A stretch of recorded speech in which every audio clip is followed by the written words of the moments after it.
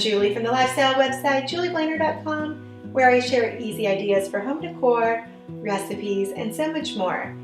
Today I'm taking you through our gardens to see all of our landscaping here at our home in St. Louis. Like most projects, it has been a labor of love and change over the last 7 years.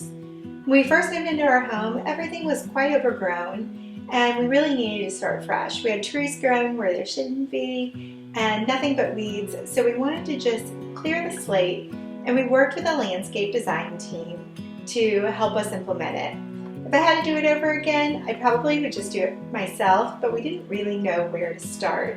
It just felt too overwhelming and too daunting. But now I absolutely love it. I think it softens our home and adds so much charm.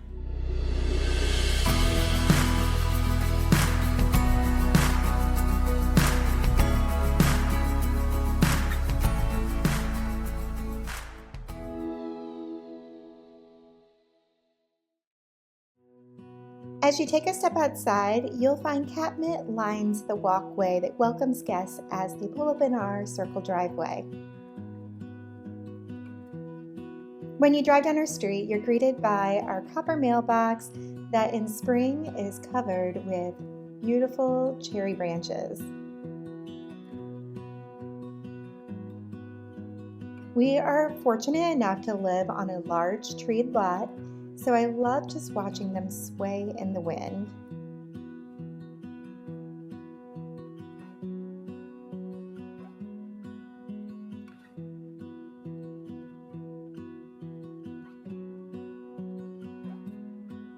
Catmint grows effortlessly in Missouri.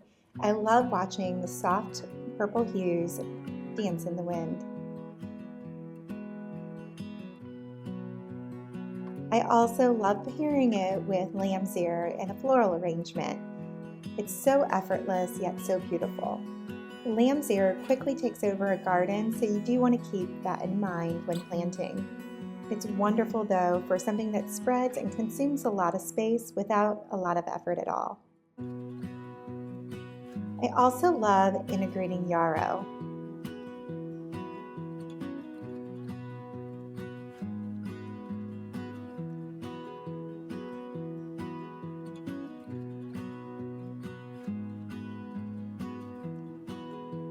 Let's take a tour of our garden.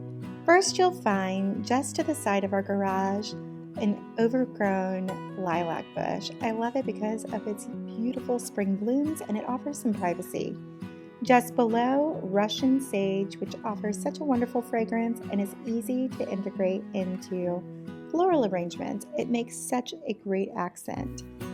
Now you'll find some hydrangea just starting to bloom, but we have to tuck them away from the deer.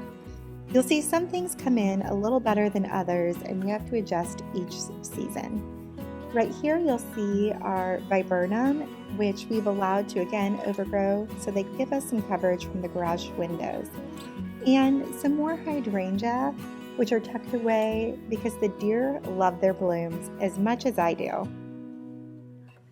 Now this yarrow is doing really well. It always thrives. Unfortunately, they don't always come back each season, so I have a couple more that I need to plant this spring. Just behind them, you'll see some azaleas which just finished blooming and have lost all their leaves. And our favorite butterfly bush. Butterfly bushes grow so abundantly in Missouri and bring in beautiful butterflies from spring through fall. And just behind it, a significant hydrangea, which is again great for bringing indoors. Living amongst a ton of deer, we had to be really mindful of what we planted. Sure, we could plant hostas and feed them all, but that would be counterintuitive for what I was looking for. So we've integrated some roses, catmint, salvia, Russian sage. We had started with some lavender and we ended up adding some in again this year. And we have peonies. There are so many beautiful options that are deer tolerant. Now, even limelight hydrangeas, most will say are deer tolerant, but if they're hungry enough and if their stems are tender, especially in the spring when fawns are around, you know they will eat just about anything. I really wanted some hydrangea at our lake home, so we actually opted for hydrangea topiaries. It's a great alternative that keeps them high enough so that the blooms are at bay for the deer. Some of my other favorite deer-tolerant plants are yarrow, Liam's ear, Russian sage, azaleas, catmint, butterfly bushes, salvia, spires, and viburnum. One of the keys to great landscaping is to give it some height. So in some areas you'll find that we're disguising things or covering things up, like our electrical box, with a nice high hydrangea that's far enough in our garden that the deer don't bother it. Some other great plants to add a little bit of height are like crepe myrtle and lilacs, and of course you can always integrate a few blooming trees. I really adore having blooming trees in spring because it seems like something is always going, it's one right after the other, and it's that fresh new start that you just need after a long, dreary winter. I designed our garden to be a beautiful cutting garden so that I can integrate some of these flowers into arrangements at any given time. If we're expecting guests over on a Friday night, I can just head out to our yard and find a little greenery or some fresh blooms, as something is almost always in season, to add them to a bud vase for a bathroom or create a beautiful arrangement for our kitchen.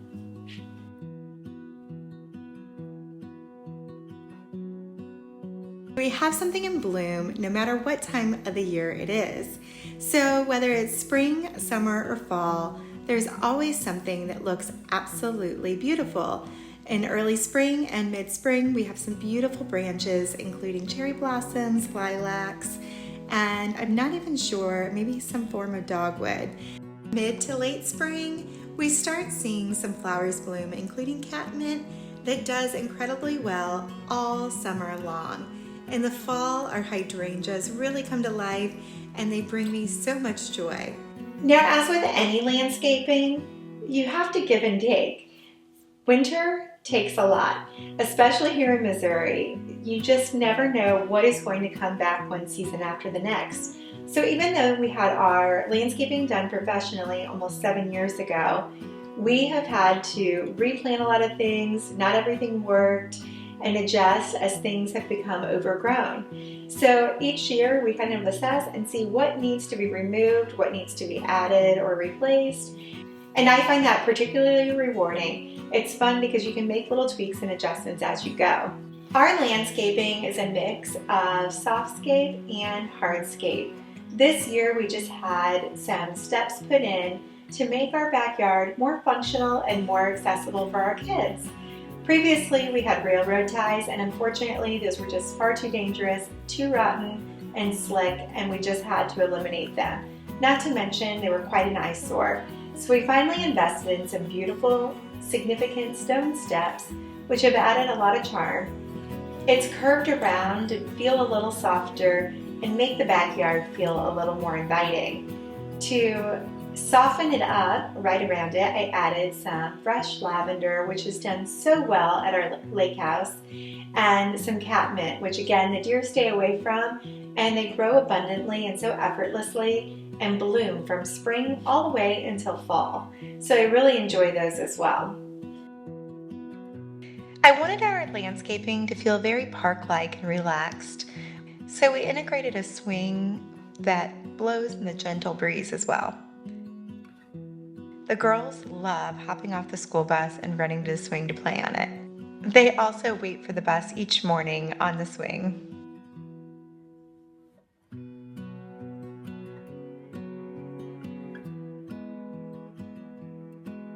Now our lilacs are not only beautiful in spring, but they also fill our home with blooms. I love integrating them into our kitchen centerpieces, breakfast room, living room, bathrooms, and of course, gifting them to friends. Lilacs make such a beautiful gift, even if their blooms only last 1 to 2 weeks each year. Peonies are another one of my favorite things to grow in our home. We have a row of them in our backyard, and I love integrating those into centerpieces as well because their sweet and subtle scent is irresistible. They're so light and fluffy and effortlessly beautiful. Now, one of my favorite plants in our garden is our butterfly bush. I'm planning to integrate a few more this year because I love how big and beautiful they get. And again, they have endless blooms. They bloom from late spring all the way until early fall. Sometimes we might even get them into mid-fall. The best part about having butterfly bushes is that you do have an abundance of butterflies at any given time. But the other perk is that they also bring in the hummingbirds. The girls get so much joy watching out the window as the hummingbirds buzz by. And truthfully, I do too. Every now and then, we'll even find several finches flying by. Thank you so much for watching. Don't forget to click subscribe and ring the bell for notifications. I look forward to seeing you again soon.